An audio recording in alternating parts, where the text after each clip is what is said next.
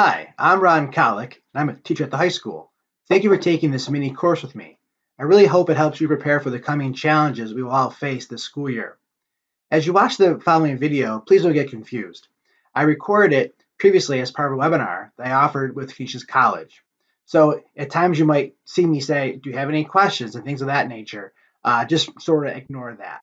We will use the Schoology discussion prompts though for our discussion. So please post your comments, your questions, your concerns, and feel free to pause the video, take notes, go back and watch it later. So I really hope that it's a helpful resource for you. And thank you so much. Have a great day. Today, really, this is gonna be great. This is gonna be a very hands-on session, I hope. It's not just gonna be me presenting ideas. I'm gonna show you some techniques, and then I hope we can pause and let you actually try it and do it. And then at the same time, we can sort of, I can answer those questions then. If you have any questions about, how does this work? How do I embed this? How do I do that? So hopefully this will be really interactive. So again, anytime during this presentation, please speak out. Just mention who you are and what the question is, and we'll kind of go right through it. So that'd be a lot of fun. So today we're going to really focus on how can you use Schoology, again, is that kind of hub, right? And you can use other tools with Schoology and then embed that content from other tools right in Schoology. So again, Schoology is wonderful. You could do all your online or blended learning instruction just with Schoology, but it does give you a lot of options to add other tools within it to give it a little bit more customability and some more, ways to interact with your students. Okay, so what we're going to do today is we're going to kind of go through this very, very carefully, very, very, very, very slowly. So first thing we're going to do today is we're going to talk about general app embedding and integration with Schoology. So here's what I did. So rather than just watching the slides, hope everybody can see this. I put this URL down right there. It's really easy. I made them all the same. You go to tinyurl.com. And then the first document we're going to work on together is just / Schoology embed. Okay, because Schoology embed. So Schoology, then EMBED. And if you go to that website, a Google Doc is going to pop up that I'm going to sort of use as a reference tool. And you can keep that. So just keep that link, save that link or save that Google Doc, and you can have these sheets that I made for us today. They're just a series of screenshots on how to actually go through a lot of this. So hopefully this will be something you can use, go forward, take and digest, and don't have to worry about forgetting about all the things that we're discussing today. So did everybody get that? tinyurl.com / Schoology embed. All right, and I'll go to the document. I just want to make sure everybody has that URL. And let me see here, everybody on the other screen. Does anybody need help or more time with that? Everybody okay? I just need a second. I typed incorrectly. That's fine, Linda. We'll excuse you. That's okay.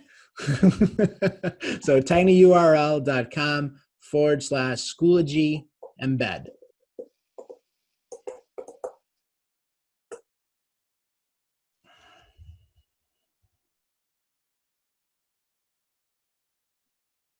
Schoology embed. Okay.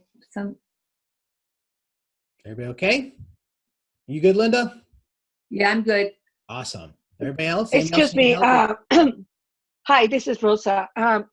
What do I supposed to see in my screen? It will look like this.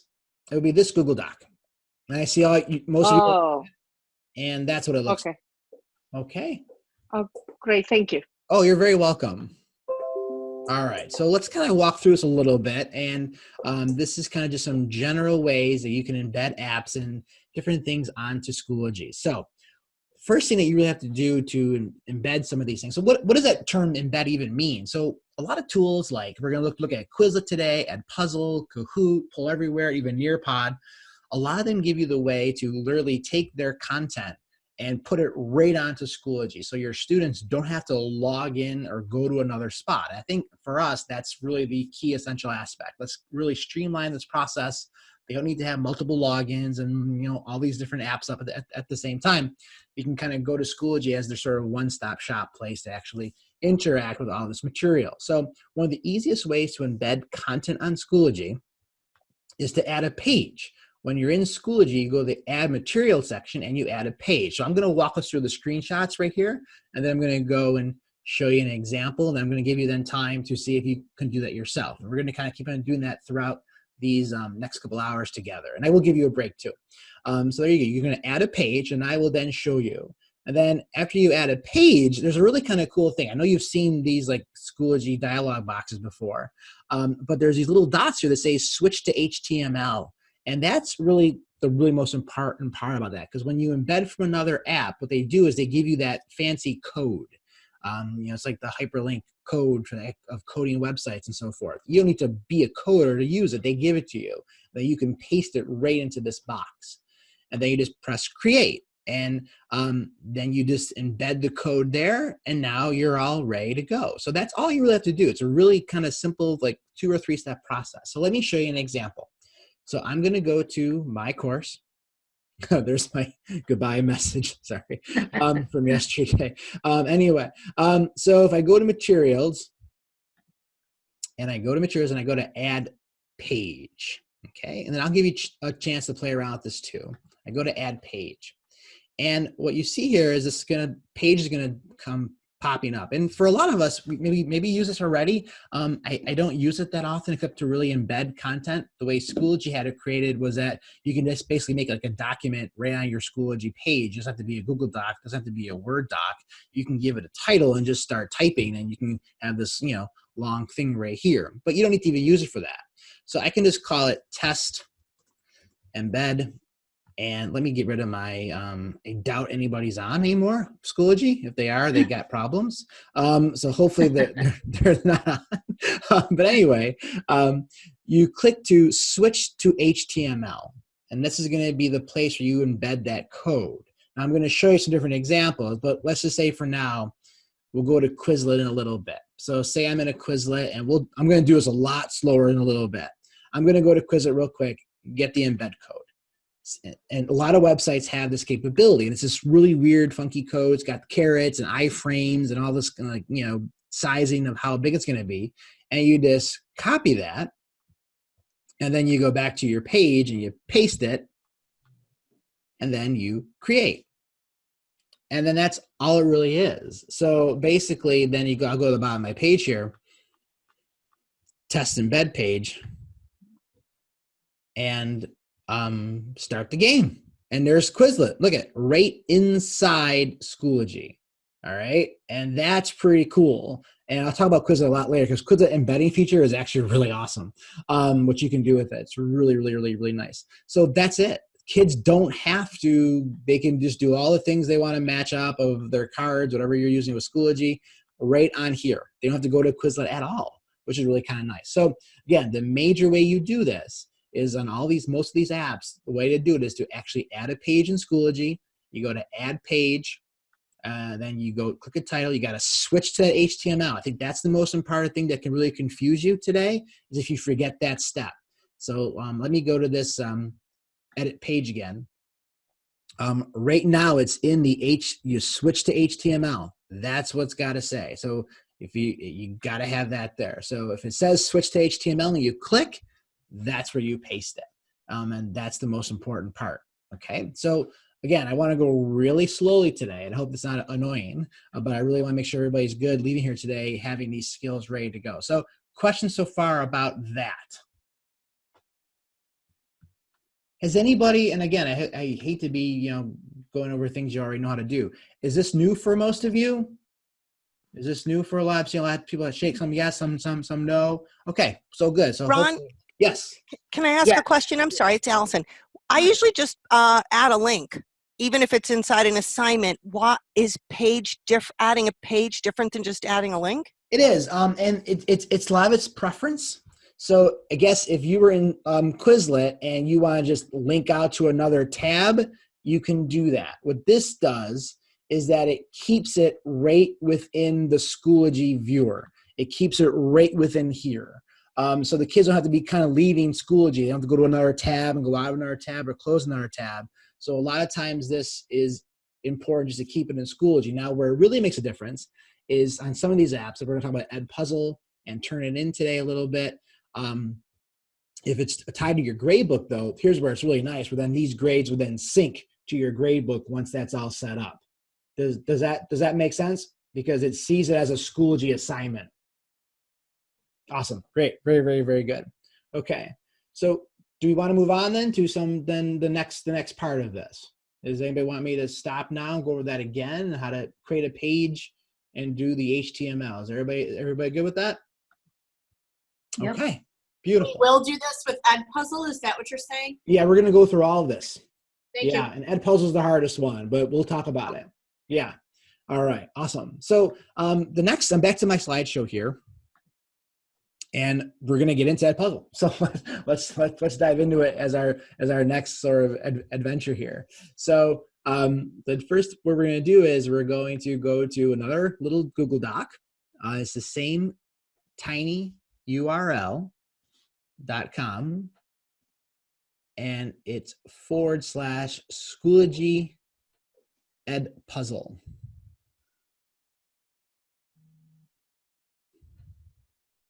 Okay, Schoology Edpuzzle.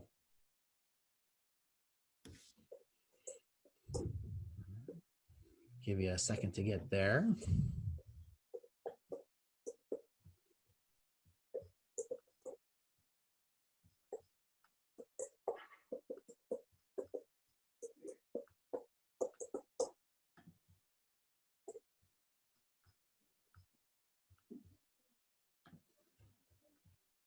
Okay, is everybody there? Schoology Edpuzzle, everybody's good? Anybody need more help with that? Okay, so there's the first Google Doc, and here we go. All right, now, so this is gonna be a little more, we're gonna go through this slowly, and we'll talk about what works well on this and what doesn't. And so here's the major reason why we're doing this. I know a lot of you are using Edpuzzle. I think Edpuzzle is a wonderful tool to track what students are watching and to make video content interactive, especially us now going to blended learning environments and online learning environments. This is the great way for us to just show, give students great video content and really make it interactive and give them accountability on it. So one of the major things we have to do here is on this link, I put the link to their support page. You can read it later, but this is the support page that they use to help you using Edpuzzle with Schoology. And there's a lot of little tips and tricks here and some great ways to kind of go through it. So that's their support page. So kind of say that's where that link is. And that will help you later on if you need it. Okay, so what we're going to do here, you're going to need to have Schoology open, your Schoology tab open. You're also going to need to have, if you want to do this today, and I can show you first and then we can go through it, you're going to need your Edpuzzle page open. Okay, you're going to need your actual Edpuzzle account open, okay, that you use for your classes. So your different tab of all your Edpuzzles, okay? So that's important. Once you do this, your students don't need to go to the Edpuzzle page. They can do everything right through the Schoology itself or the Schoology app on their phones or iPads, and we'll then kick them into Edpuzzle. We'll talk all about this in a moment, okay? Now, the reason why we're doing this is that I know you're still working out syncing your Schoology gradebook to PowerSchool. If that becomes a reality for you guys coming up, this is going to be a huge time saver. Because what this does is that in the old, like a couple years ago, what I would do is I would have my Edpuzzle page up on one screen and then have my gradebook open on another screen. I'm sure you know what I'm talking about. And you're going through all your Edpuzzle grades and you're putting them in PowerSchool, right? Is that the way you did it, right? And you're kind of looking back and forth, and then you make a mistake because you forgot the one, and then it's a pain. So what this does is that if you create an assignment through Schoology, and you make it an Edpuzzle assignment and the students complete it, all you have to do is press the sync button and the grades are in PowerSchool from Edpuzzle. It's done. All right. It's one-stop shop. It's beautiful. So it's a really nice, it's really great. I love it now. And it really is really cool the way it actually works. Now, there were some bugs last year at the beginning of the year, and all of it's kind of working themselves out. I had no bugs at the end of the year, and actually going through their resource page again, it seems like they made a lot of improvements on this than it was a year ago at this point. So that's just something just to keep in mind. Okay, so the way we do this, and I'll walk you through the screenshots first, and I'll show you. You're gonna go to Edpuzzle, and you're gonna click on your little profile pic, and you're gonna click on your name. And then you're going to go to your school, and then the information is going to be there about what LMS are you using. and then it's going to give you a code. Okay, so that's really going to be important. So let's just go through a step at a time. You're going to need to do this and also installing the Edpuzzle app on Schoology. So I think maybe the first thing you should do is make sure you have the Edpuzzle app installed on Schoology. So what I'm going to do is, if you go to Schoology, we've done this before, I told you about the App Center. It's these little square blocks right here on the top of your Schoology ribbon. And you go to the App Center. And it's kind of nice. It comes up right away, and that's Edpuzzle. And you're going to need to, and I'm not going to install it again, but you're going to install that on your Schoology account, your Schoology page. And I believe it asks you which classes to put it on. I don't remember. I don't want to install it again because I think it will mess it up. But I think it asks you which courses you want to have it on. So you want to make sure that app is installed on Schoology. So let's just kind of take that slowly. All right. If any questions, let me know as you're going through all this.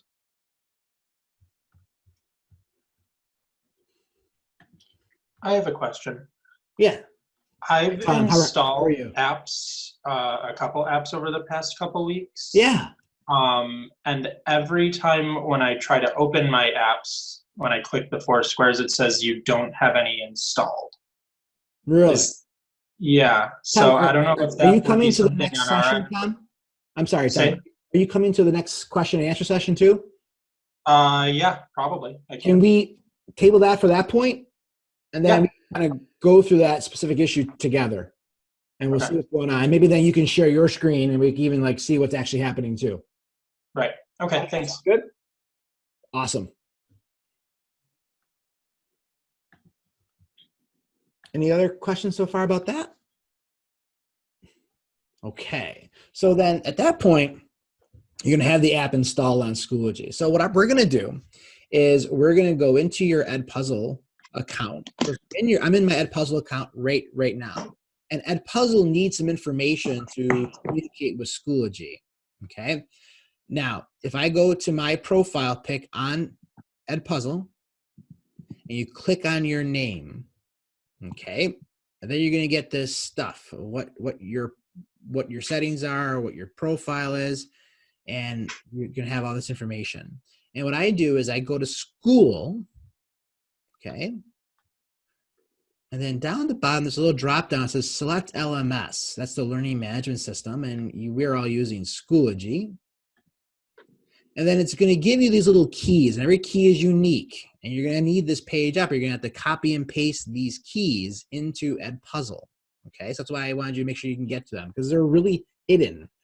All right, you wouldn't know the thing to go into your profile pic, going to school, go into your name. Let me do that one more time. I think it's really confusing. Go to your profile pic in Edpuzzle, click on your name, go to school, and then click on the LMS, and you go to Schoology. Okay, and then if I go back to that Google Doc, I have those steps here for you. Okay. And then I'll give you the key. And there's the installing the app. Okay, so we're at that point. So when you're install the LTI, the app on your Edpuzzle, when you install it, it's going to ask you for the secret codes and all the passwords and stuff like that. And that's the things that you need, the consumer key and the shared secret. It's going to ask you for that. And that's what you put in to Edpuzzle. Okay. When you installed it, it needs that information. Okay, so are we all in a good spot right now with that? Does anybody want me to go back and show you that again? Because this is the hardest one. Yes, please. I'm sorry. I don't know if I'm supposed to be on Edpuzzle, which I already had open, Okay. or I'm supposed to be on Schoology, which I also have open. You need to be on both.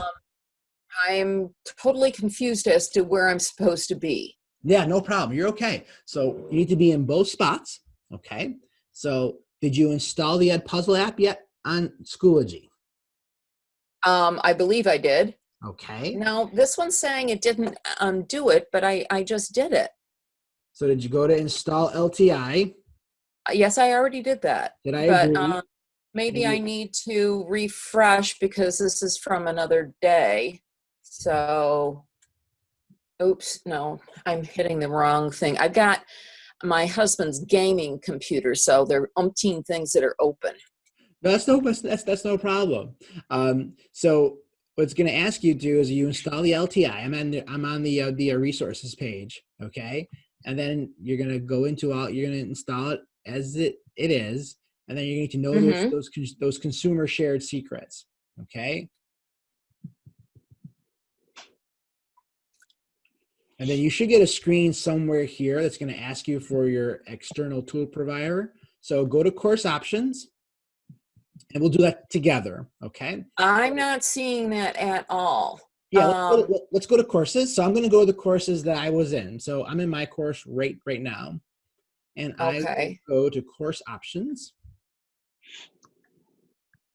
Okay. Where are course options? Yes, let's take this really slowly. And what I'm going to do is I'm going to add some screenshots of this because mine was already installed and I was afraid I might mess up but it looks like it's okay.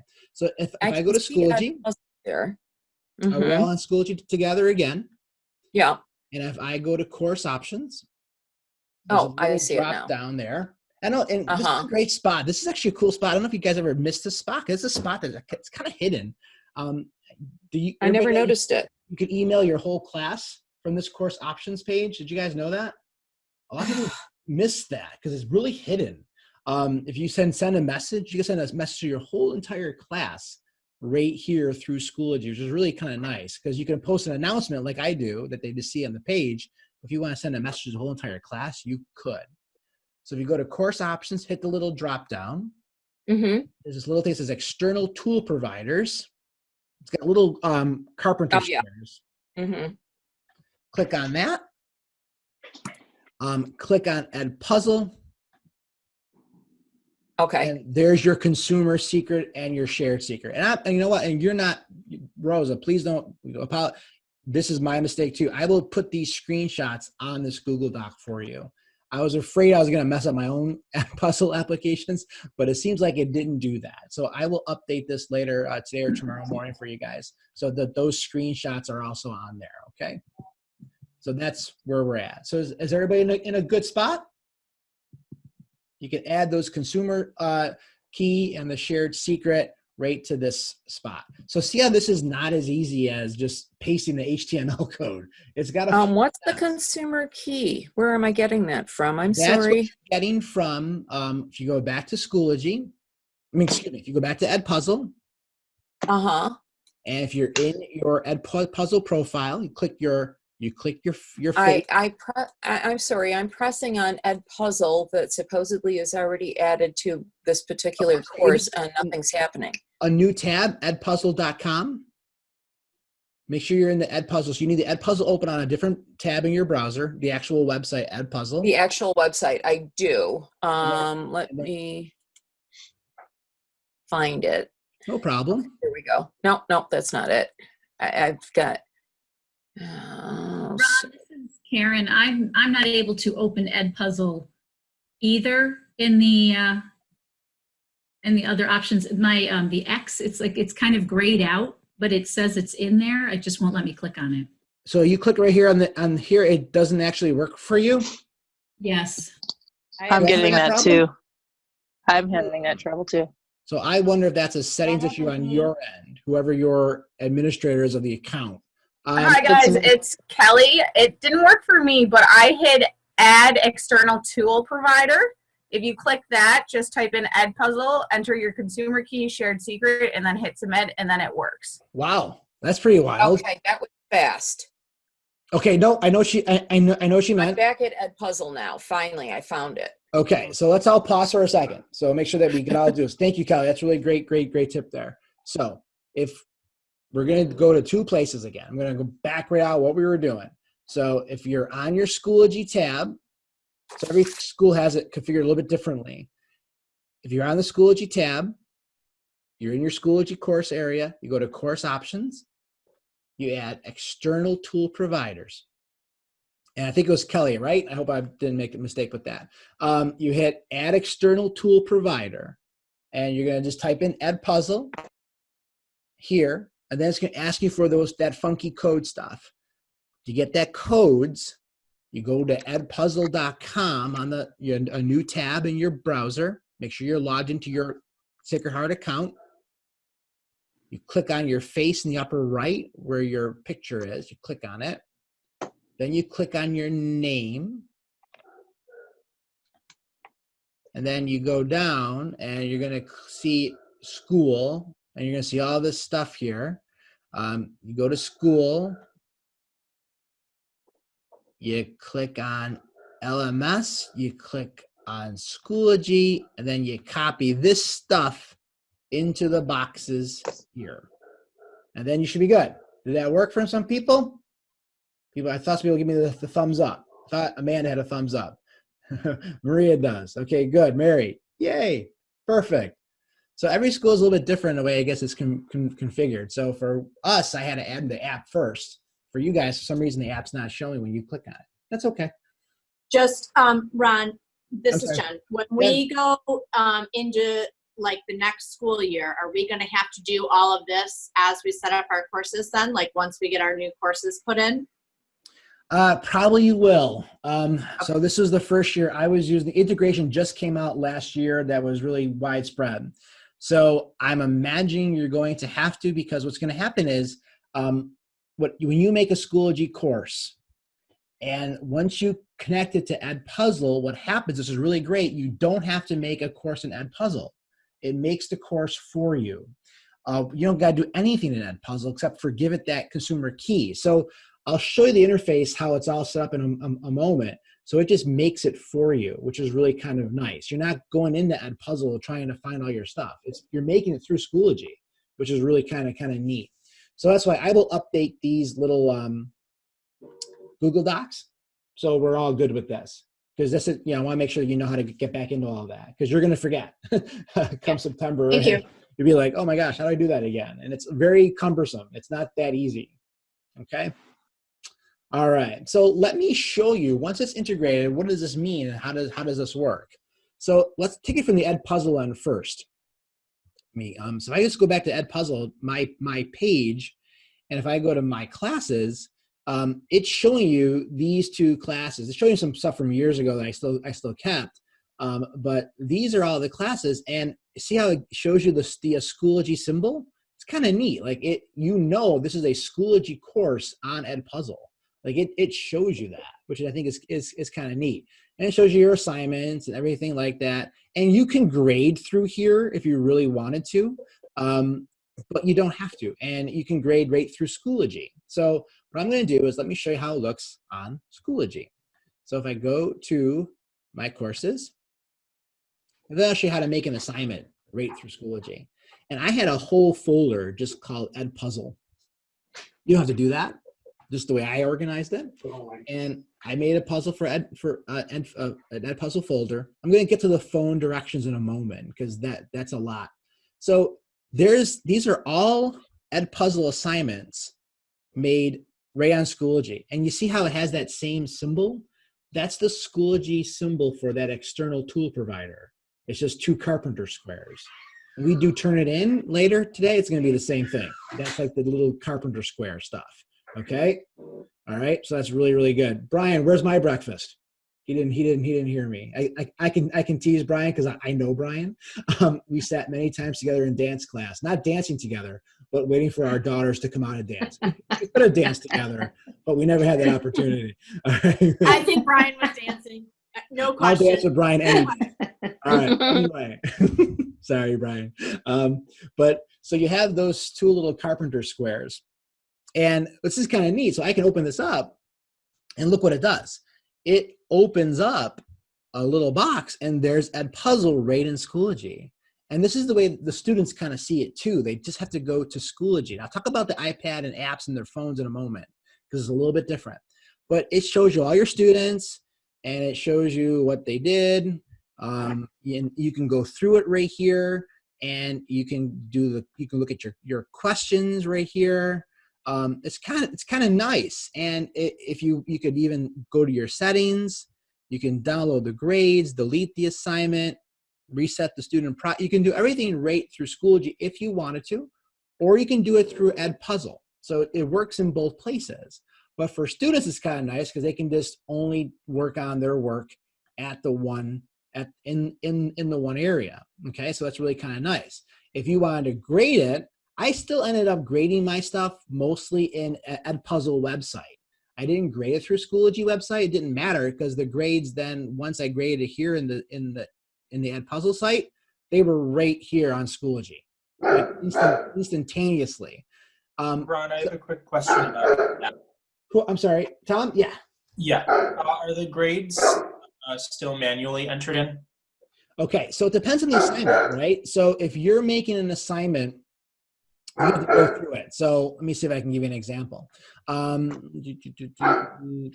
older ones, whatever. So this is an old one. You click on the assignment. These are like 3 answers I had to grade. They must have just missed the deadline. Right. That I mean on the Schoology end, sorry. Yeah, what's that? I'm sorry. On the Schoology end, as far as like, so I put questions in my videos, yes, but I still grade it on completion. Yes. So I don't want it to like deduct if they get it wrong necessarily on the Schoology side. Yeah. So whatever you do, it's up to you. So if you grade it, you just give them that check that they did it. Okay. That's good. If you want to, it's cool though. Like say that the response wasn't all that great and you give that kid like 75 out of 100, it will convert it in Schoology. You make an assignment. It converts it automatically to whatever grade the assignment is out of Schoology. So that's how you got to set it up. So I'll show you how that all works. It's really kind of fun. Okay, so there we are. So there, it's all viewing in Edpuzzle right there for you. So how do you make an Edpuzzle assignment in Schoology? So I'm going to do is get back out of here. And I have these, I think as screenshots. I believe I put that all in there for you. I did, adding Edpuzzle assignment. I'll get to the phone directions momentarily. So on that Google Doc, it's just really easy. You go to add an assignment and you go add puzzle. You're going to see that there now. So if I go to add materials, there it is. You don't click add an assignment. You click add puzzle. So add puzzle will now be there as one of the options that you have in that drop down is add materials. So you go to add puzzle. And what it does is really kind of neat. It opens up your Edpuzzle folders right there for you, right on Schoology. So you can kind of go through, look at your videos. These are some crash course videos that I had questions embedded in. If I didn't want to use those, I can get out of that. I hear some videos that I made. These are videos that I made over the break so my kids could watch me and hear me and see me. So either your own videos or YouTube videos and anything you really want. Remember, you can, if you're new to Edpuzzle, you can take a YouTube link and make that your video. You could add content to it and add questions to it, or you can upload your own videos that you're making. So any way you want. So I can click on this. You click on, this is the confusing part though. When you add any video from either YouTube or it's your own video, whatever it is, you have to click the little watch eyeball. You click on that and then it comes up. There's the video, all right?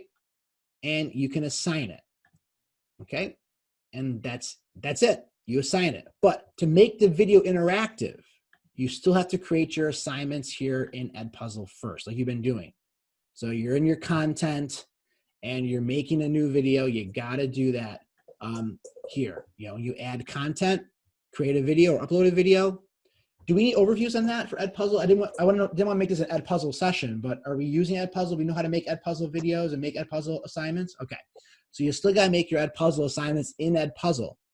But then once you're in the Schoology viewer, you'll see where to assign them from. So we're really pretty much assigning through Schoology. And you hit assign, and then this comes up. And now this looks very similar. So you go back into it. I got Baker and Carr explained. And this is an important step. You want to edit it. You want to give it a due date. You want to give it a point value. You can still do that. Just edit the assignment like you would for any other Schoology assignment. And now you can do anything you want with it. You can, you don't need the shared secret, so that should be all ready to go. You hit enable grading. Now this is kind of back to Tom's question. If you're just grading them that they got it done, you can assign this any point value you want.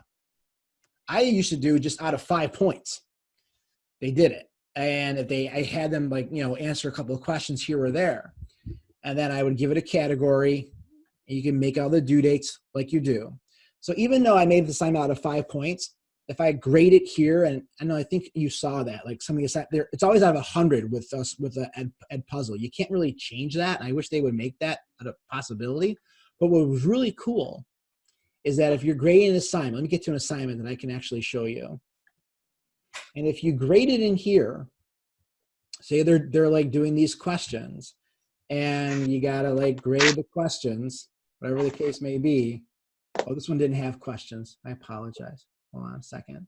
Let me get one that had questions. So whatever.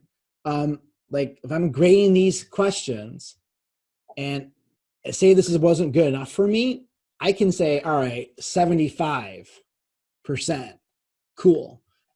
And down here, it will automatically convert that in Edpuzzle to whatever that is out of 5. That's kind of cool.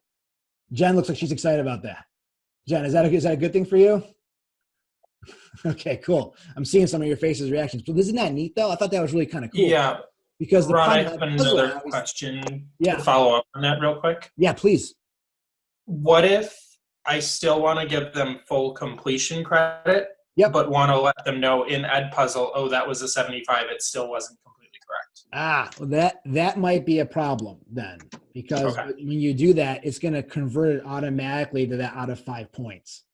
Okay. Do you know if Schoology has an override where I can just go in Schoology? Yeah, I mean, I think you can do that at any time. Like if you went back into Edpuzzle and you went to the assignment and went to all your grades, like I believe you can change it. I don't know. I never tried it before. Because it brings up the Schoology viewer. What you'd have to do then is when you synced it to PowerSchool, if you have that ability eventually, you can always change the grades in PowerSchool. Okay. I wonder if you could change it in the grade book in Schoology. Tom, you can change it in the grade book in Schoology. Yeah, I'd imagine, right? Yeah, I do it for summer help. Okay. Okay. Cool. Thank you. Awesome. Yeah, it'll come up as an assignment, and you can change it. Yeah, you can change it. Cool. Awesome. So the other thing I added to here about Edpuzzle, and this is the part that gets a little bit confusing. I added a link, and you're going to have to play around with this in the fall, because when I was going through all of the research again at Edpuzzle that they've updated since I've started using it, it seems like students it's a lot easier than when I first started doing this. So students will need, according to Edpuzzle, let me just kind of preface this. Edpuzzle is saying that all students need to access this on their phones or their iPads is they'll need the Schoology app installed on their iPad, which I'm sure they do, and they'll also need the Edpuzzle app installed on their iPad or their phone. And what Edpuzzle is telling us now is that they fixed all the bugs, and that a student would open the Edpuzzle assignment in the Schoology app. Does that make sense? In the Schoology app. That's a really important thing. And it will pop them into the Edpuzzle app at the right spot. Because if students go to Edpuzzle app, they're going to have an awful hard time finding the course because it's linked to Schoology. So they have to open up the Edpuzzle assignment through Schoology first. That's really important. Now, last year, this is before they updated all this, that didn't work all the time. It was getting a little bit frustrating the first week or two, but we got through it and we figured it all out. So the directions that I share with you are under the assumption from when I did this with my students at the beginning of the school year. I'm hoping that all of this has been fixed. So what I did was I had the sheet, and I had to tell my students that they had actually, for some of them, it worked on their phones, no problem. But any kid that had a hard time, whether they had an older version of, older version of Chrome or Safari on their phone, it was kind of causing some problems. So for most students, it wasn't an issue. But you know how it is. If you have a class of 30 or 25 and 22 are great, those 3 kids that can't do it, well, that's still a huge problem. Because you just can't say, oh, sorry, I guess you're out of luck, 3 kids. All right, too bad. No, you got to figure it out, right? So that's a huge problem. And that's going to spend more time figuring out for those 3 kids than you will for anything else. So I had to have them go to Schoology on the Chrome browser. This could be on an iPad or on their phone. And they went to Chrome, they went to Schoology.com on their Chrome, and they logged in like they would, and they would see their courses, and they would go to Edpuzzle assignment, and they would open the Edpuzzle assignment through the Chrome browser. And I said, don't open the app. You can go through this later. Hopefully you won't need it. Hopefully everything's fixed. And I wish we had kids right now I could test it out with, but I don't. Select the 3 dots. And I know this looks confusing, but for the 2 kids that couldn't get it to work, this all worked then. So after the first 2 weeks, no one had a problem. 90%, 95% of the kids had no problem to begin with. It just worked. For some reason, there's always a few kids, whether it's their phone or but maybe for you guys, since every kid has the same device, maybe that won't be an issue. Our kids don't all have the same devices. So some kids are doing this on their phones, and kids have Android phones, kids have iPhones, they have different iPhones, and it can get kind of confusing. So for your kids, it will all work seamlessly on the iPad. According to Edpuzzle, it's saying no problem. Everything's good. As long as they have the Schoology app and they have the Edpuzzle app, and everything will be great. So we'll see, I hope. But if that sheet helps you, then that will be great. Okay. So how is that with Edpuzzle? That was a huge chunk of our time, but I think it's an important thing. And I think it's a really great way you can integrate with Schoology, especially if you get your gradebook. I think if you get your gradebook synced with PowerSchool, this is going to save you a lot of time. Everybody good with that? Can we move on? I have a quick question, which we might have to fix later. This is Karen. When I press add materials and I click on Edpuzzle, I get a login page and then it won't let me log. Like I'll log in and then nothing happens. Really? So when you go to the setup? Yeah, when you go to the add assignment, it asks you to log in. Yes. Now, is your Edpuzzle login the exact same login as your Schoology login? Is it all through your Google interface? Yes. Or how do you guys do it? It's all the same, right? Yes. That might be a school-specific issue that you might have to work out with. I'm sorry, who is the individual? Is it Chris? I know, is Chris here or not today? I don't know if he is or not. Chris is there. I'm emailing him whenever we run into issues. So. Yeah. So Chris will get that worked out for you guys, I'm sure. Because there might be some behind-the-scenes little buttons that have to be pressed in order to make that all work fine. I did put the codes in that should link it to our Edpuzzle instance, but I'm not sure if there was further information that needed to be put in, or if you might need to log into Edpuzzle for the first time through that interface. So it might be a couple of bugs to begin with, but they'll all get worked out because it'll work out really, really, really well. Again, after September, like second week of September, kids were completely seamless. There was no issues whatsoever. And I have almost 115 students, and every one was great. They were all using it very, very, very, very well. Okay. Any other questions? Everybody pretty good in that respect? Where are Ron, we? I have one question. It's Christina. You said that you can, through Edpuzzle, it creates your class in Edpuzzle? No, it won't. It will create an automatic class from Schoology. So don't go into Edpuzzle and make your classes like you did in the past. Let Schoology do it for you. So will Schoology do that if I just go in and add materials and I assign it to a class and it just creates it in Edpuzzle? Yeah, once you sync those two together, you'll log into Edpuzzle and you will see in your classes, you will see a class that looks like named the exact same way it's named in Schoology. That will be there for you automatically. Okay, perfect. Thank you. Yeah, you're welcome. And then through here, you can assign content through the Schoology page, through the Edpuzzle page once you see that.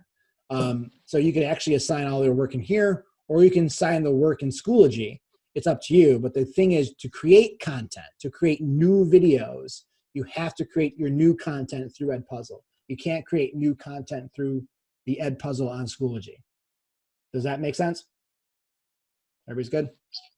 Okay. Yeah. Awesome. Okay, phew. That was the hardest part of our day together. Everything else is a lot easier. Well, maybe turn it in, but turn it in is more on the IT side than you guys. You can't do much with it. They got to do it for you. Okay, so I think the next thing we're doing here is Quizlet. Quizlet is really easy and it's really fun, and it works really well in terms of integration with your slides and with your Schoology content. So what I have here for you again, same idea, tinyurl.com/Quizlet.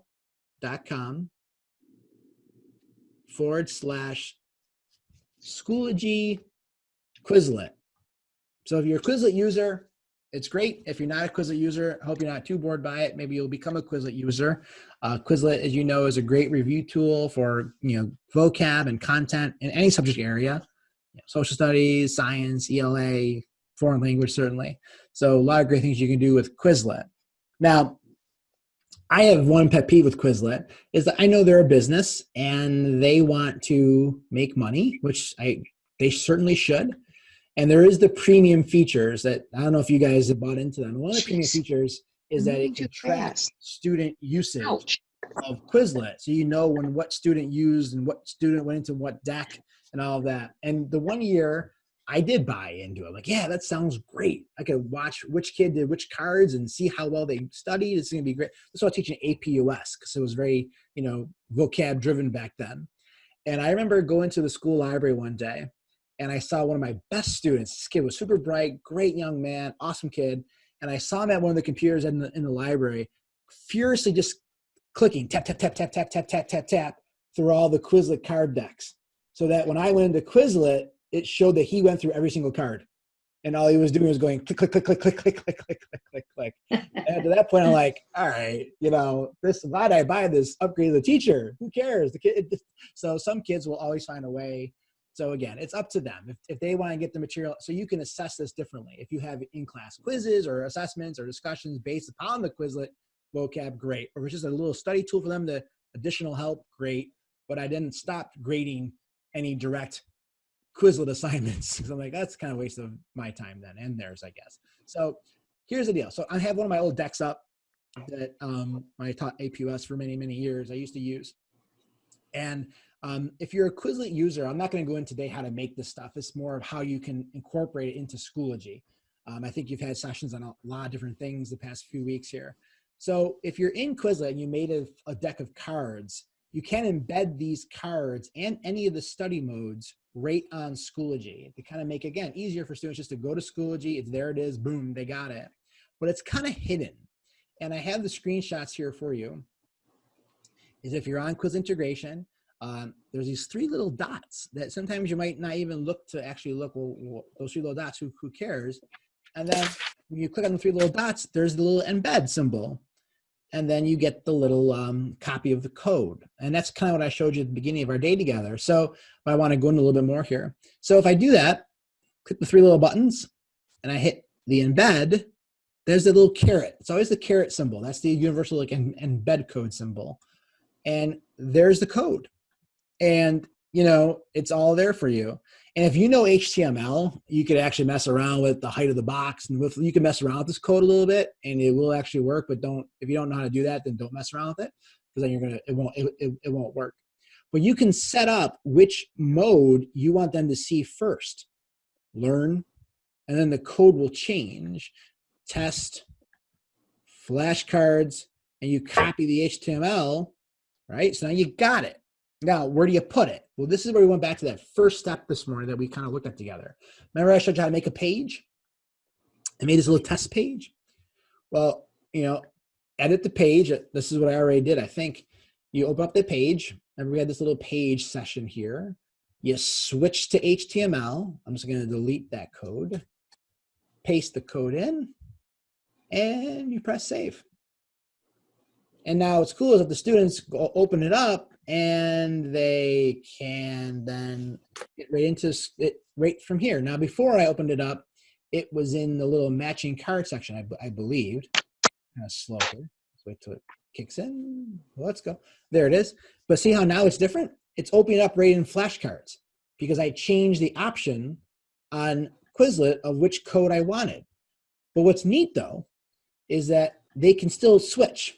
So if they're in this, they're playing, they can shuffle, do all the options, but see down here, choose the study mode. That's why I think this is really cool. Quizlet did a really nice job with this with Schoology. They can change the study mode right in here in Schoology. Start the game. And it works right in here. Now, in terms of assessing it, that's a little bit different. You have to, I don't use it as a direct, it's more of them going through as a review, and you can make other assessments around it. But if you really wanted them to have this little game here, that's kind of fun, right within Schoology. So the way I had set up in my classes is this is usually mostly used for preparation for Regents exam review stuff. Is I had a whole like content outlining vocab section, and then I had a whole folder just dedicated to like Quizlets, and they can go in there and for it was lined up. And this is a little bit the older version, but it just plays it, and there it all is, and they can just go through it right in Schoology. Boom, boom, Schoology. There's all my study cards. I can change the study modes. I don't have to go anywhere else. Again, if you just want to put a link and opens to a new tab, cool. But I just like the way that looks. I think it looks neat, looks clean. It's all in one spot, and it's all there for them. So that's kind of an easy one. Everybody good with that one? Everybody okay? All right, awesome. Very, very good. So next thing I want to talk about, these are some easy aspects, and we talked a little about Google Drive integration during our last session, and about why would you want to put Google Drive onto Schoology? How do you do all that? And I might revisit that quickly, but then I wanted to show you some ways to embed some Google Drive content or Google content itself, whether it be docs or slides, right within Schoology itself, because you can also do the exact same thing. And we'll kind of talk about that. So we got another little Google Doc here for you, and it's just tinyurl.com/Schoology Drive. So let me go there first. Schoology Drive.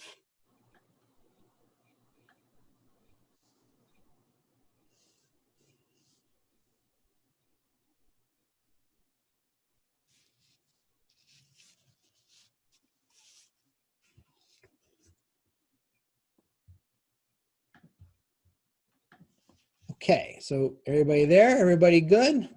Looks like this. Okay. So we're going to kind of talk about, again, the same things that we did before. You can add Google Drive content in a similar way to Quizlet, but there is a little bit of a difference. And the difference will be that if you have that Google Drive app on your Schoology page already installed, it's a lot easier. So let's just back up, because we talked about that last time. We talked a little about this last week, but just in case you didn't have a chance to do it yet. If you're on your main course page, and if I go up to the App Center again, and I go to App Center, and you're going to want to have the Google Drive Resource app installed. Now, the Google Drive Assignments app, we talked about that last time, was something different, how you assign Google Docs and Drives as assignments for kids to actually work on. This is just to actually post a Google, whatever it be, a slide, doc, whatever, a sheet, a form, just embed it right on your site. And you can definitely do that. So make sure that app is installed, okay? And then you can do some different things with that. So if I go back to the sheet here, so you're going to go to add a page like we've already done, and this time it's a little bit different. You're not going to be pasting HTML code. You're actually going to be inserting content on that page from your Google Drive Resource app. And then I will walk you through that a little bit. And then you are going to embed the content. So it's a little bit different, but I think it's a lot easier in terms of what you actually have to do. So let's go back to our Schoology page, and I'm going to go back to courses, okay? And I'm going to go over here, and I am going to go again, add a page, right? We've done this before. It's pretty simple. Goes up here a little bit. I'm going to go add a page, and we'll just call it like, well, I added a package, sorry. Let's go add a page. There we go. Okay. And I'm just going to give it a fake name for now, something like, let's call it like, Google test, whatever. I'll make sure there's nobody sees it. Okay. Now, here's the key difference. So I'm going to blow up this a little bit. There's this little part that says insert content, and you can insert images, links, videos, but then you can go to Google Drive Resource app, and you click on that. And what it's going to do is it's going to actually open up that viewer that we've had. And now this is where you can go through and search your Google Drive that's embedded in your Schoology page. This is the part that's a little bit cumbersome because sometimes it's hard to actually find your stuff here, especially my stuff. You got to put it more in some folders. But just for example, I could click any Google Doc I was working on, and you can import it. You got some options here, but here's the option. You can give it an import link, just put the link right on like you would, just copy and pasting links. It can import a private link, which means that only you would see it, which I don't know why you would use it on your Schoology page. Or you import embed, and it actually puts the whole document on that page embedded. So I hit import embed, and now it's actually here. But what you can do with this, which I didn't show you with the Quizlet part, once you have it here, you can actually change the size of it too, which is actually kind of neat. If you want it bigger or smaller, you can play around with that. And what's kind of neat is that you can now just press enter, and you can even add content underneath it, right? Content, blah, blah, blah. You can hit whatever, another space. You can then hit insert content again. So you can actually kind of do something kind of neat here if you really wanted to. You can kind of imagine how you would use this for any of you want, how you would want it. You can add a resource, you can add a Google Doc, add a drive, add a folder, but what you want to do is click on something. So there was that break slide. This is just a slideshow that I was using for you guys. Import embed, boom, put a little slideshow on there, and you can just keep on going forever. And you can kind of build your page anywhere you want, and you can add other things, and that's kind of neat. And then I just press create. And now if I go down to the bottom here, there it is, Google Test. We open up the page, and look at, there's that Google Doc that we're all, and this looks a little cleaner. It's right there for them. You don't get all the other Google stuff. They can't edit it. It doesn't have all the other, like, you know, all this stuff on top of it. This looks nice and clean. There's the Google Doc, that, you know, which is kind of cool. Then I had content. Look at, there's my slideshow. And what slideshows I think are really cool embedded in, because look at the slideshows right there on Schoology. And the kids can click through the slides, they can play the slides, they can pause the slides, they can put the slides in full screen.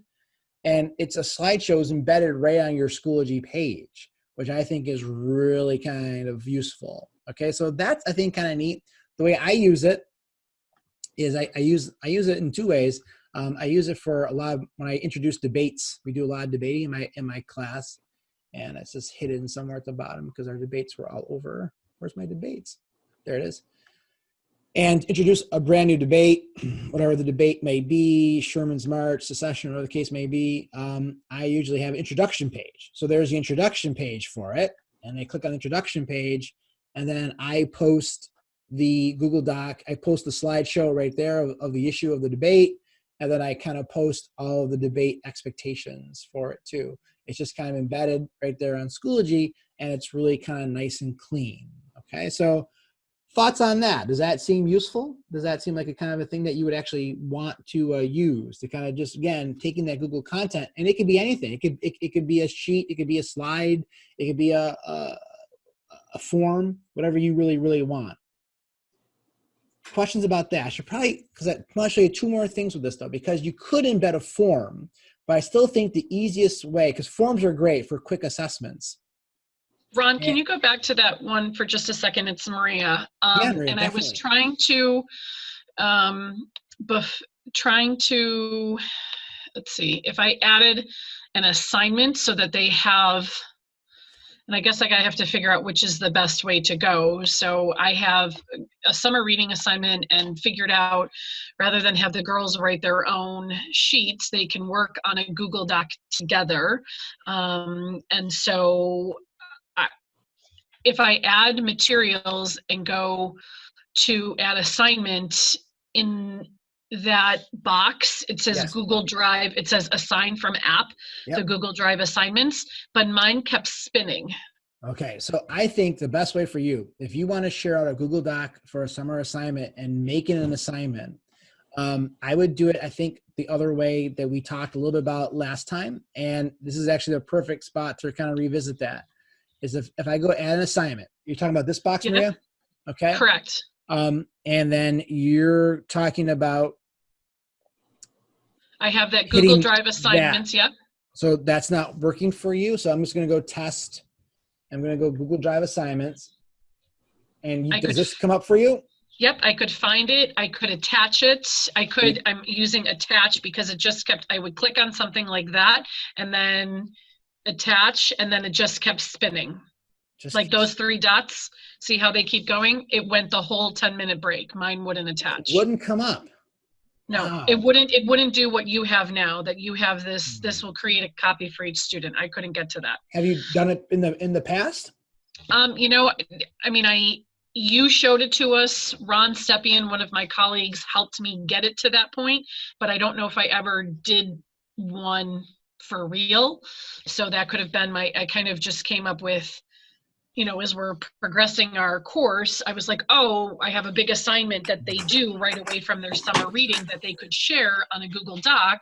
I could watch them all work. I could see them each in their own font, that they're each doing, you know, a quarter share. Yeah. And according to Karen, she got in a denied message for Google Docs. So I don't know if that's something on our end. Has anybody else tried it before to do this? Are you getting the same error messages? I know Kate just I have a question / it might help solve the problem a little bit. So I've uploaded kind of a lot of things just recently through that drive, and I get that spinning when it's something that I made in like Microsoft Word and then I imported it into Google Drive. That's what I did.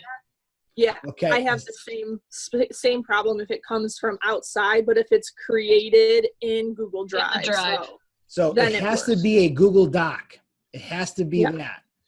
It can't be if it's a Word doc that you shared in your Drive, that's what I'm wondering if it is. If it was like a Word doc that you upload to Drive, you need to convert that Word doc to a Google Doc first. That's what has to happen. Okay. Now, it's not hard to actually do that. If you're in if you're in your Drive, I think I can do it really quickly. If I go to, I haven't done this in a while because I've been on a Microsoft diet for a long time. Trying to think, if I go to File Upload, I think that's how you do it. I just kind of I have a Google Doc here. I'm gonna pick on my wife's stuff because she does Google Doc a lot. So boom, boom, boom, and it's uploading it. But I don't think it converted it. But I think if I open it up. But it's a DOX, like DOCX. That's what once mine it comes up though, I think I can convert it. Okay, yeah, I know what I gotta do now. So if it open it up, let's go. Wow, slow. So I open it up. It opens it up in Google. Correct. And see how it made it a Google. It made it a Google. Yeah, it's a Google Doc. All right. Yeah. See how it did it? Yep. It made it a Google Doc. So you got to convert those to Google Docs if you upload it through your Drive that way. But that's exactly what I did. So, I mean, I uploaded it through, but how did it convert? I mean, Yeah, it just, for mine, it did it automatically because these are definitely Word docs. Yep, and mine is a DOCX. Yeah. Trying to give you another example of something I can kind of, I don't know if I can just grab a Word doc that's not converted here. There is, but it's got to be a Google Doc first. You have to convert all those to Google Docs first. Because it won't work. It doesn't have that sharing capability that Google Doc has. Okay. That's why. Thank you. At least that answers my question why. So thank you, Ron. Thank you, Does that help, Maria? Yep. Okay. I mean, I just have to figure that out. So thank you. Yeah, you're welcome. Okay. Other questions about that process? Everybody else okay with that? Or good with that? Okay, awesome. So that's really, I think, a kind of a nice feature, right? To kind of be able to assign and have aspects that are Google related that this really is more for just showing content. We talked about last week of actually creating assignments is what we just went over with Marie again. That's a little bit different. A couple other things I was going to get into before we kind of move away from Google quickly. I know a lot of you are using Google Forms for quick assessments and things like that. And you can actually embed a Google form quickly right on your Schoology page. So I went to Google Forms and I don't know, I'm just gonna go to my forms here. If you click on the forms icon, it brings you to all your forms that you've had. So I can just go to this form, which I use to collect some of their final project aspects at the end of the year here. And if I'm in a Google form, and if I go to send, see how you have that caret again? So this is the key thing. Remember, whenever you see a little caret, that's that universal embed symbol. I can get that and look at, there's the embed HTML. So anything that you use, just copy that code, right? Go back to your Schoology page. Keep on editing the one at the bottom here. I'm gonna just edit it. And then switch to HTML. Get rid of all that stuff. That was the Quizlet one that we were working on, right? Hit it and then save changes. And this is kind of neat. So now you have, that was really weird. Then you have a Google form embedded right on your Schoology page. Oh, that was the Google test page. Ah, sorry, hold on. I'm trying to go fast because I want to get everything in today. Wrong page I hit. Test embed. There it is. Look at that. There's the form. Right there. And the kids can Ron, excuse me, this is Lisa. Could you do that one more time? Because that was a little too fast. Yeah, I know. I couldn't find the caret. I do too much here. Here we go. So I knew that was. I'm like, that was way too fast. So if I'm in a form, let me just back out of this. So if I can go to Google Forms,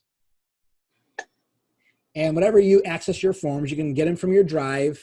You can search for your drive. Remember, you can make a Google form by going new, more, and forms, and you can make your form. So if you're already a Google form user, you know how to make a form. And you open up your form, and you know how you're in the editing of the form page right here, but when you're done making your form, you actually want to send it, right? So people can actually respond to your form, hit send. And then you get this dialog page, which I'm sure you've seen before, where you can just get the link to the form. You can email the form. But if you wanted to embed the form right on your Schoology page, you click those little carets. You copy that caret aspect. And then what we did before earlier in the first session, go back to Schoology and make a page like we talked about. And then you would just make a page, which we've already done together, right? And then you would embed that HTML code on that page. And that's what I was kind of trying to show you again. So if I go down to that test page that I was working on, I open it up and I can edit it, right? And that's perfect. I couldn't figure out where you got the little caret, guys. Yeah, the caret came from the form when you send it. Yeah, okay. So that's, I think, a really useful way of embedding. Because if you want to put a form like right on your Schoology page, it looks kind of nice and it's all right there for them. And you can, it looks kind of neat. And that's, remember I showed you how to do the calendar last week too, really quickly? That's how I did my Google Calendar. Anybody want me to show that again before we move on? Are you using Google Calendars? Would you want your Google Calendar embedded on your Schoology page or not? Because we won't have to waste time on that then. I think people are saying me no, they're okay with that. All right. If you want me to, I can show you that. But we did a little bit last week. So that's really, really useful. Okay, so moving on then to our next spot here. So that was kind of fun. Is Schoology and turn it in. And this is another one that is not as easy as some of the other aspects that we've been working with. And this is really good. And this is really useful. And I can't even use this all the time. So turn it in can talk to Schoology. And just like we talked about with Edpuzzle, if you grade an assignment and turn it in and you give it a grade in that little turn it in viewer, which we'll look at today a little bit, that graded assignment will then appear on Schoology. And then the key again is syncing to your gradebook. And you sync your gradebook, that's automatically in PowerSchool. So just like with Edpuzzle, you don't have to have your turn it in page up in one viewer and you're trying to go back and forth with all your grades, which takes forever. It's all in one spot. Okay, so let's kind of go through this slowly. So what you're going to do is, now when I first started doing this, and I went to the App Center, and I had to install, again, like we did before, the Turn It In app. So I go down to all the apps, which you aren't the best to sort through, and you go to Turn It In, just like we did before. And then mine's blacked out, and because it's already been installed by my district. And I think when I first started playing around with this, I did it myself, and I tried to get the keys and the codes, and I'm always trying to figure out how to do these things. And then I had to go through my school and actually they had to do it. So I know Chris and maybe I can have a conversation later, or whatever the case may be. There is a way that on the back end, Chris can make Turnitin work with Schoology. And so once that process is there, it's really kind of neat. So if we go back to our courses page, I'll show you an example. So I can show you an example first of some projects that were graded then, I guess. So they just had they're working on their final projects. And what I can do is I made an assignment drop, and I'll show you this in a moment, for their final project scripts for their big research papers. And it's a Schoology assignment. And, but what happens is the students go to the assignment drop. Some kids still drop them in here, which I didn't want them to do. But they actually go over here and they click on look at those little rulers again. Same thing we saw before with Edpuzzle. They click on that final project script. And what happens is a new tab opens up, and look at this. This is turning in right in Schoology. And this is, if you know turn it in, like, you know what it looks like that's it. Like, and I can go in and grade each of these kids' work right in here. I click it, open it up, and you get that viewer where you can do all those really cool things and turn it in. And then you can kind of do all the settings and so forth. So let me kind of walk you through how this actually works. And from a student standpoint, they never have to go to turnitin.com to submit their work. They only submit their work in Schoology. So again, that's one less thing they have to do. Everything's right in Schoology. Let's just go to Turnitin, and it's all there. You can use it for big assignments, smaller assignments. And again, what I use it for is the two reasons I think Turnitin are great. As you know, Turnitin's been around forever. I've been using Turnitin for, my gosh, 10, 15 years. I don't know how long it's been, a long time, many, many years. And Turnitin initially was created, right, just to check for matching text and plagiarism. And that's still a great thing to have because students do it all the time, right? College students do it all the time. But what's nice about Turnitin is I like their feedback better than what Schoology gives you on the Schoology viewer for feedback. You know what I mean by that? So if you make an assignment, if a kid just opens, I can actually go back to that kid's paper because he did that. He submitted it in both places. Good. I didn't grade it on here. So I can open up this kid's paper. And if I open up in Schoology, right, you've seen this, right? It looks like this, viewer, and you got some annotation tools, and you can make some text, and you can mark it up, but it's not that convenient. The Turnitin interface is much more robust in terms of adding quick comments and things like that, right? So you can really go through it and mark up a big text with a lot of nice aspects to it. So Turnitin's interface for giving feedback is much better than Schoology's for giving feedback. Or do everybody understand the difference, what I'm saying there with that? Okay. Now, as you know, there's Schoology rubrics, and the rubrics you make in Schoology will sync to PowerSchool, and the kids will be fine with it. You can also do rubrics on Turnitin, but they're not the same. They are different. So we'll kind of talk about that too. And well, what's the difference, and do I need it, or what's the case here? So what I'm going to do is show you how this works. So I'm going to go to assignments. Just make an assignment here someplace. It doesn't matter where I am. I'll go to my main page so I don't forget to erase all this stuff later on. So to make an assignment in Turnitin, you can do it one of two ways. And I have this all on the screenshots here. Sorry about that. There's that Google. Did I share the Google Doc with you guys? Oh, I didn't. I'm sorry. Please go to here. Tiny URL, Schoology Turn. I was so excited. No one used these little like shortcut names on Tiny URL yet. And I had my whole, I could do all these great little nicknames. So Schoology Turn. And there's another little sheet I put together for you guys.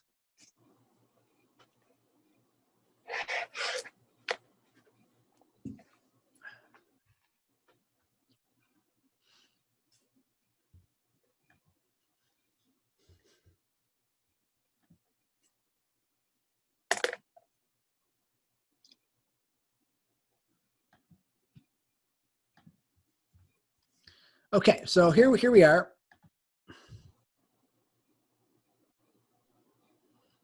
Schoology Turnitin integration. So it's kind of what I was already going through a little bit. So you click little dots, boom, turn it in. I told you about this. This is going to be on the back end with Chris probably a little bit. So there's two ways to actually assign a turn-in assignment on Schoology. You can make an assignment, or you can just add an external tool. And I'll show you both, and it depends on your preference and what you like and what you want to do with it. So when you make an assignment, and I'll go through it, you create the assignment, you're going to see that little external tool little symbol come up again. You're going to click on that, and you're going to have to do the little drop down. It's going to say turn it in, or you can do it a different way. So let's take the first way here first. So I'm going to go to add an assignment, which we've all done now. You can give it a name. Okay, test assignment, or the case may be. We'll call this turn it in. Computer's acting kind of weird. Turn it in. I had a great fear today. Yesterday I was working on this a lot. I must have overdone it, and my computer just twice in the hour had that blue screen of death.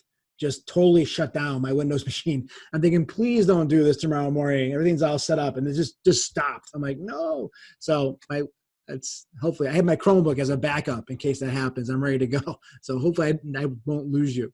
So turn it in. Now you can give an assignment description here. You can give it like the directions, what you want to do, right? And there's that little external tool little symbol there. So you click on that,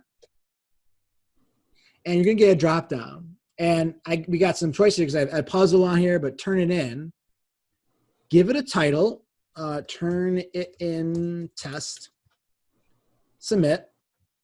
Now, here's some things you can kind of do. You can give it a point value. The point value, anything you want it to be. The point value that is here is it's got to match up with the point value on turn it in. I'll show you in a moment. So if we want it out of 100, we want it out of 50 points, whatever the case may be. You can also assign it a rubric. So you can give it a Schoology rubric, but you're going to unfortunately have to grade that rubric not from the Turnitin rubric. So the point I'm trying to make is that the Turnitin rubric does not talk to the Schoology rubrics. Those two things are still separate. So if you really want to use a Turnitin rubric, you like Turnitin rubrics, or you had made a whole bunch of Turnitin rubrics, use them. Your students will have to go into the Turnitin assignment to see the feedback. They won't see the feedback right on Schoology. So you got to figure out how you want to set it up. Okay, so if you want to use a Turnitin rubric, go ahead. Schoology rubric, go ahead, but the kids will have to, go in and click that rubric in Schoology. They won't see it from the Turnitin side. Give it a category. I'm going to make sure this is not published. I'm going to say ungraded for now, so no one sees it. And then you just press create. Now you're not done though, because that's the problem. And this is a really big. Take a big note on it. Put an exclamation point on it. You got to do something here. That's really frustrating. So I made an assignment. See, it's called Turn It In. Everybody see it? I click on it. There it is. So kids would actually, to submit Turn It In, they would go to here and open it up, and it opens up that new browser with the Turn It In submission. Now, let me show you something. You need to go in and open these up. Make sure the point value here matches the point value you made when you made the assignment on Schoology. You can give it the same due date. The due date won't be the automatic due date that you made on the Schoology due date. Now, the Schoology due date is what's going to sync to PowerSchool. The turn-in due date is just arbitrary. But sometimes it's nice to see when students submit work and it gives them the timestamp that it's late. Then if you want that timestamp that it's late, make sure that this date matches the date of the assignment on Schoology. The feedback release date, I don't know if you remember how Turnitin does that. Don't forget, Turnitin kind of gives you a little window sometimes that if you don't want the kids to see the feedback for a little bit, you can change that. So you can make that whatever. Now, you can give instructions here. Now, if you like how many of you use the peer mark feature on Turnitin where kids grade other students' works? Do you know that exists? You guys okay? You know that exists there if you're a Turnitin user? If you're a Turnitin user, I don't know if you guys know this or not, this is great for ELA. It's great for anything. It could be a science report. If you want students to actually grade other students' work and give them feedback on it, you can have them do that. It doesn't, you still grade it. You give them the grade you want to be in the grade book, but you can have a sort of a peer review assignment. You can do that, and you can do it right here through Turn It In. And all your optional settings are the same ones from Turn It In. Now here, if you have a Turn It In rubric, you can attach it, and you can go through all your rubrics on Turn It In. But these aren't the same rubrics that are the ones on Schoology. Okay, that's why this gets a little bit confusing. You press submit. Make sure you do that. If you have multiple sections, go through each one and make sure that that's all set up first. Because if you don't open these up, kids will not be able to submit anything. You got to make sure the settings are all good and press submit for each of your sections. If you forget to do that, when kids go to that little like icon to click on for Turn It In, they can't submit any work. See, it's a little bit of a two-step process. You got to go in and make the assignment, and then go into the Turn In assignment and kind of set it all up for yourselves. Now, I'm seeing some eyes glaze over here. I understand. That's a lot. How are you guys doing with this? Is there questions on that? I know there's like, whoa, that was a lot of steps there. And I could back that all up again, or I don't have to. But I just want to make sure you guys understood how that works. It's kind of a neat feature. I'm not done with the whole turning yet, so I just want to pause there for a moment. Is everybody okay with that? Everybody's okay with that? Make sure you got to go into Turn. That's really important, and set up each assignment there, because if you don't do that, the kids aren't going to be able to actually see it. Now, the other way to make a Turn In assignment, go back to your page, and you can just do add materials. And this is the same one where you add a link. You just want to put a link on Schoology. You probably use this 100 times, right? You go to link. But you ever notice in that link page, you can add a file, a link, or there's the external tool symbol again. Okay, so it's the same symbol. It's always universal. Click on external tool. Do not add Edpuzzle assignments this way. I don't think it even gives you, oh, it does get it. It doesn't, I haven't seen that work that well. You got it do it the other way I showed you before. Turn it in, give it a title, test, turn 2. Here you can enable grading. It looks similar. Category ungraded. You can give it a rubric. You don't have to if you don't want to. Due date, but the only difference is, I'll show you the difference. Hit submit. When the kids get the assignment, it just looks like that. Same idea, same concept, but here you can give the kids more information about the assignment because you have that whole description, right? When you edit it, you have that whole description of what you can tell students what you want to do for directions for the assignment. That's important, I think. If you do it the other way, they only just get those little rulers and there's not as much information for them on what the assignment's actually about. Both will sync to your grade book, okay? Both will sync to your grade book, okay? Does that sound useful? Now, let me show you from the Turn In side, because this is kind of cool. If you're used to going to turnin.com, right, is this where you always go, right? The website, correct? So if I go to turnin.com and I go log in, what it does is it creates courses. Again, just like Edpuzzle did, I didn't make any of these courses. I didn't make any of these courses. I just go into the course and there they are. And these are all the assignments I made right on Schoology. I never made one of the assignments on Turn It In, but they're all there on Turn It In. And you can go back in. If you like grading them over here and viewing them, you can view them over here. It's up to you. You can view them and go through all your stuff, and it's fine. Whatever you actually want to do, you can kind of go in and see them all here. So I can view all the final projects kids are working on. I can grade them here, just like I did before. Remember, the interface here gives you more options. Like if you want to upload a kid's file, the kid didn't upload a file, you can do it here. You can't do it on the Schoology interface. If you want to make rubrics, you can make rubrics in Schoology or go to libraries and go to rubric manager. But if you're already a Turn-In user, you know how this all works. Okay, so you can do this all here, or you can do it right on Schoology as well. Okay, so how does that sound? Does that sound good? Key difference was if you use the rubrics here on Turn It In, the kids actually have to click on the graded marked up paper on Turn It In to see the rubric. If you do rubrics on Schoology, they can click the rubric and just see it on Schoology. It's up to you, wherever you actually want to put that rubric. All right? Comments or questions about that? Does this sound useful? Do you think about integrating Turnitin with our Schoology? This one works really well. Like there's no bugs. You know, once the biggest bug will be on your end is that if you make an assignment like I just did, and if you don't go into the assignment directly and set it up and make sure the boxes appear, it won't.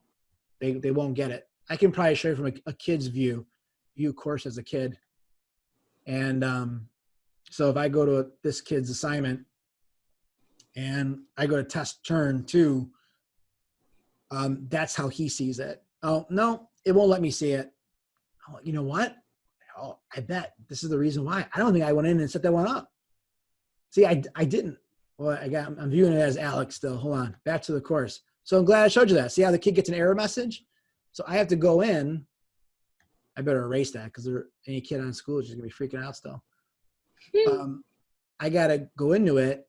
I didn't do this. Remember? I just kind of did that one quickly. I got to set it up, and I got to press submit once I set it all up. Now, if I go back to my course, so you'll see I'm not lying to you. And if I go to Alec here, and go to the bottom of the page, see how Alex sees it. Now, Alex should get a submit box. Yep, he did. See that? You have to do that.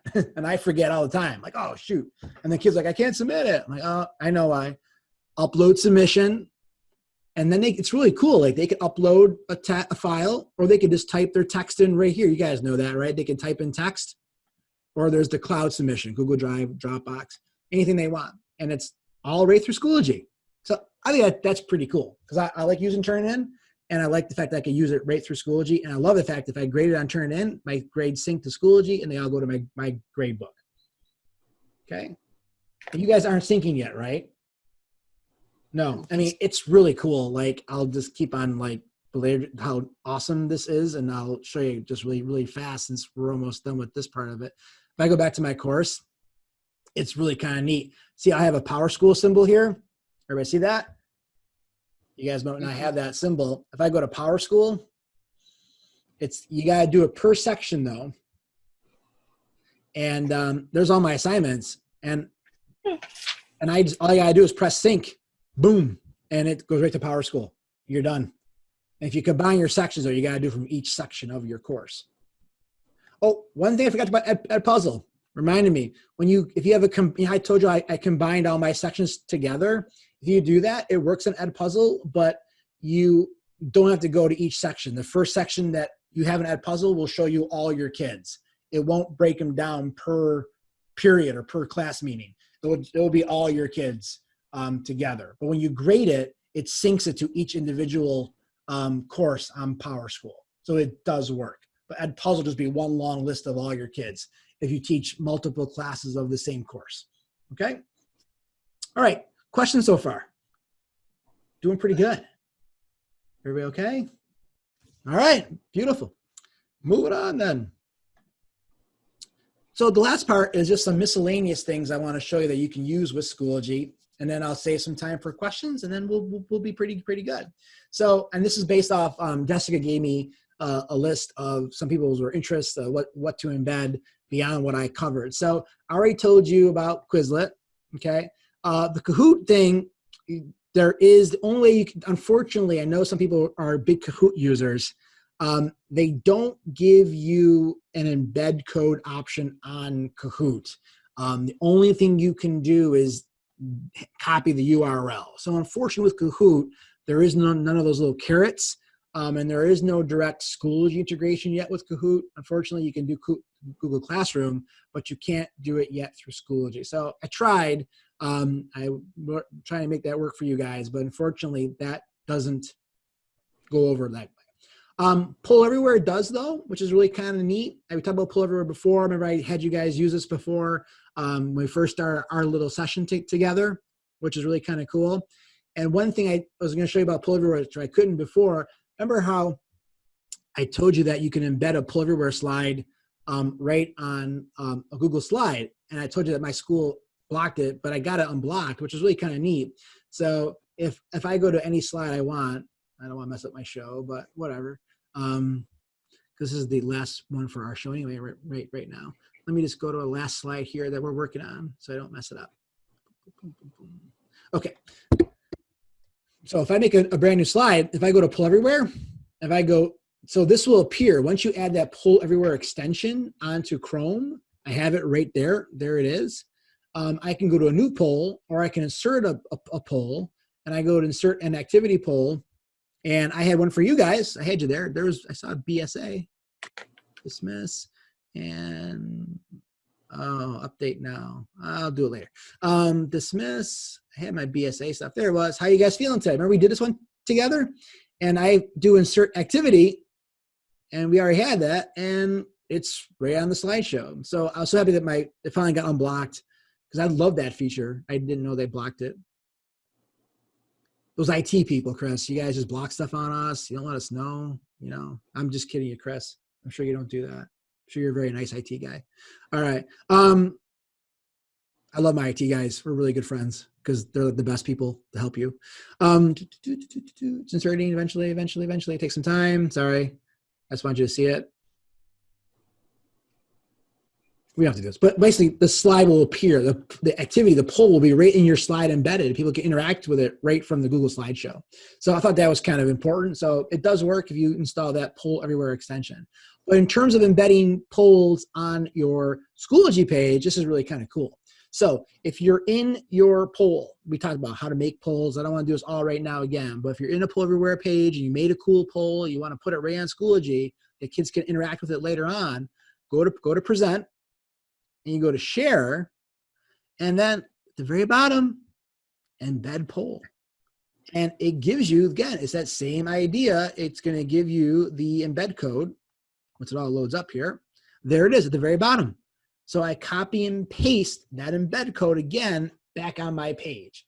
So that if I go to Schoology, and it looks really cool in terms of how it actually looks in terms of the interface of it.